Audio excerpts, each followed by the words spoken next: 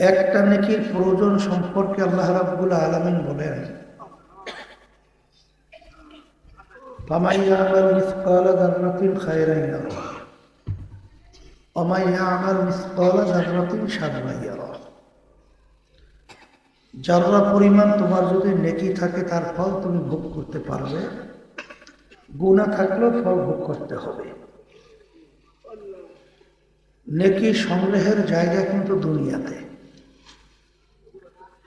একটা নেকির যদি কারো ঠেকা বাজে, কিয়ামতের ময়দানে সংগ্রহের সুযোগ নাই। কারণ কিয়ামতের ময়দান এত ভয়াবহ কঠিন হবে।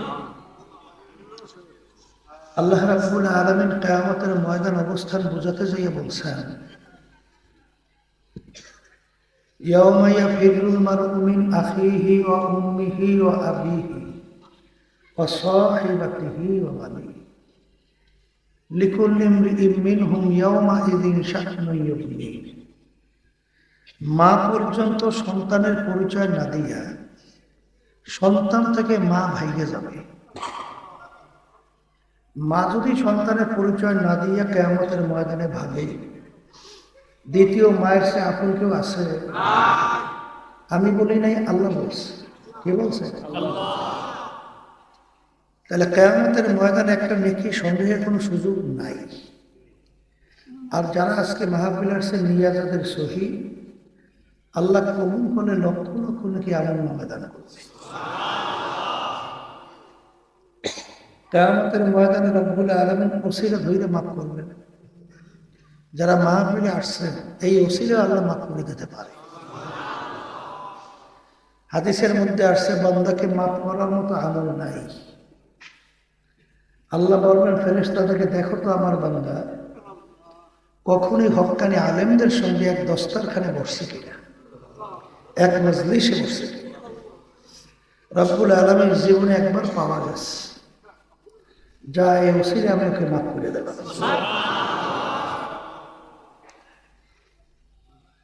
এখন মাহফিল তো বুঝার জন্য অনেক লোকের কানে দাওয়াত পৌঁছার পরেও না আসার কারণ হিসেবে আপনারা বলতেন বুঝের অভাব। আর বুঝের অভাব বুঝবে কারা? যাদের কলব ভালো, দিল ভালো, মন ভালো, তারা বুঝবে। আর দিল কলব যদি আবু জাহাল বাসায় আবুল আহমদ হয়, বুঝবে না। কথা ঠিক কিনা? আবু জাহাল অথবা সাহেবা কিন্তু আল্লাহর হাবিবকে চেনত। কেমন, কিভাবে চেনত? আল্লাহ রাব্বুল আলামিন কুরআনুল কারীমের ভিতরে বলছেন, ওদের সন্তানদেরকে চিনতে যেরকম ওদের কোনো দ্বিধা লাগে না, মানে কোনো চিন্তা করতে, আপনার ছেলেকে চিনতে আপনার কোনো চিন্তা করা লাগে? আপনি যে আমার পক্ষ থেকে নবী বা রাসূল, এইভাবেই আপনাকে ওরা চেনে। কিন্তু ঈমান না আনার কারণ কি? কেন আপনার নিয়ম অনুযায়ী, কথা অনুযায়ী চলে না? হুব্বুদ দুনিয়া রাসু কুল্লি খাতিয়া। সমস্ত গুনার মূলই হলো এই দুনিয়ার মোহ। দুনিয়ার মহব্বত, সম্মানের মহব্বত, সম্পদের মহব্বত, পদের মহব্বত। আজকে বাংলাদেশে এত মুসলমান থাকার পরেও অনেক মুসলমান সন্তান মানব রচিত কুফরি তন্ত্রমন্ত্রের পিছনে লাইগা দল করে না। কিসের মহব্বত? বলো না। আবার এক শ্রেণী কিন্তু আমাদের জাতীয় বাইরেও আছে, না মানলে মুফতি মুহাদ্দিস সাহেবরা দিস। এরাও কিন্তু এই কুফরি মানব রচিত তন্ত্র সমস্ত ক্ষমতার মালিক জনগণ, এইটা যারা মানে তাদের সাথে মিলিয়ে তাদের সহযোগিতা দল করে। আছে না নাই? কিসের কারণে? কিসের কারণে? এই জন্য তো আল্লাহ রাসূল সাল্লাল্লাহু আলাইহি ওয়াসাল্লাম বলছেন, খায়রুল খিয়ারে খিয়ারুল উলামা, শাররুল শিরারে শিরারুল উলামা। আলেমের ভিতরে এক শ্রেণী সমস্ত মানুষের ভিতরে সর্বশ্রেষ্ঠ, উত্তম, সম্মানিত। আবার এক শ্রেণীর সবচেয়ে সাধারণ মানুষের চেয়েও নিকৃষ্ট। একটা কথা আছে, তা কেন? বাঁচছেন ভাত, বাঁচছেন না? ভাত যদি পয়সাও যায় ও কিন্তু দুইয়াও খাওয়া যায়। পোলাও সে ঘি দিয়ে পাক করে, ঘি দিয়ে চাউল পাক করলে পোলাও, পোলাও যদি ফসে আর ধুইলে মুইলে কাজ হয়। তা আলেমরা হইল এই সমাজের ভিতরে শ্রেষ্ঠ সন্তান, এইটা যদি ফসে ওরা লাগে না কোনো কাজে। কথা বুঝছে? এই জন্য আল্লাহ রাসূল সাল্লাল্লাহু আলাইহি ওয়াসাল্লাম বলেন শাররু শিরারে শিরারুল উলামা। সব আলেম কিন্তু তাদের পদাঙ্ক অনুসরণ করা যাবে না। আলেম কাকে বলে এইটার মাপকাঠি আল্লাহ রাব্বুল আলামিন বলছেন ইন্নামা ইয়াখশাল্লাহা মিন ইবাদিহিল উলামা। আলেম বলা হয় তাকি যার ভিতরে আল্লাহর ভয় পয়দা হয়েছে। যার ভিতরে আল্লাহ ভয় নাই সে জানছে মাগার সে আলেম হয় নাই। ইবলিস শয়তান কি পরিমাণ জানত জানেন? আসমানি কিতাবের সংখ্যা 104, 104 কিতাব আসমানি। এর ভিতরে উল্লেখযোগ্য 4 কিতাব কোরআনুল কারীম, তাওরাত, ইনজিল, জাবুর।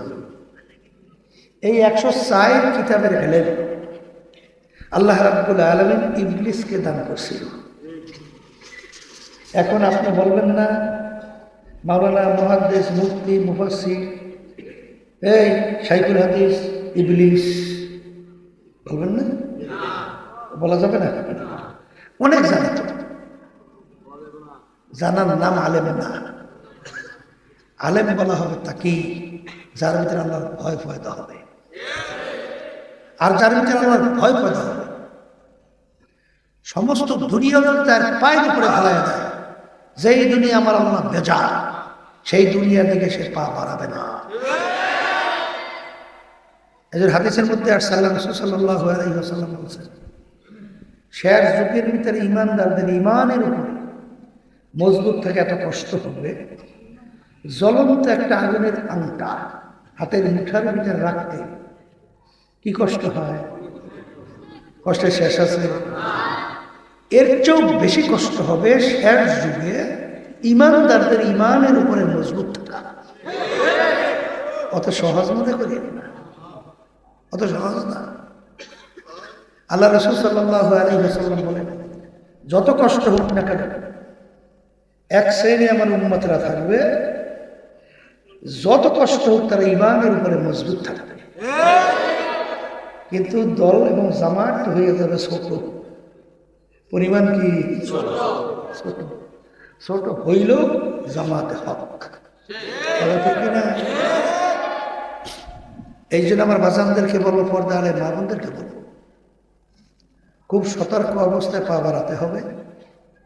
সমস্ত গুনার মূলই হল দুনিয়ার মহাব্বত, পদ, সম্মান, সম্পদ, টাকা, বিভিন্ন দিক থেকে।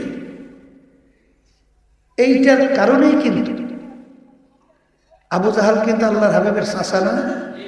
কথা কয় না?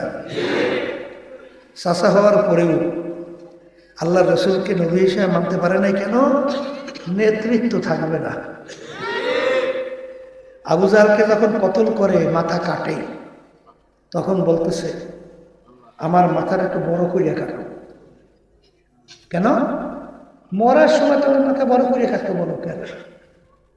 কলে মানুষ যখন দেখবে বড় মাথা তখন বুঝবেন নেতার কল্লা।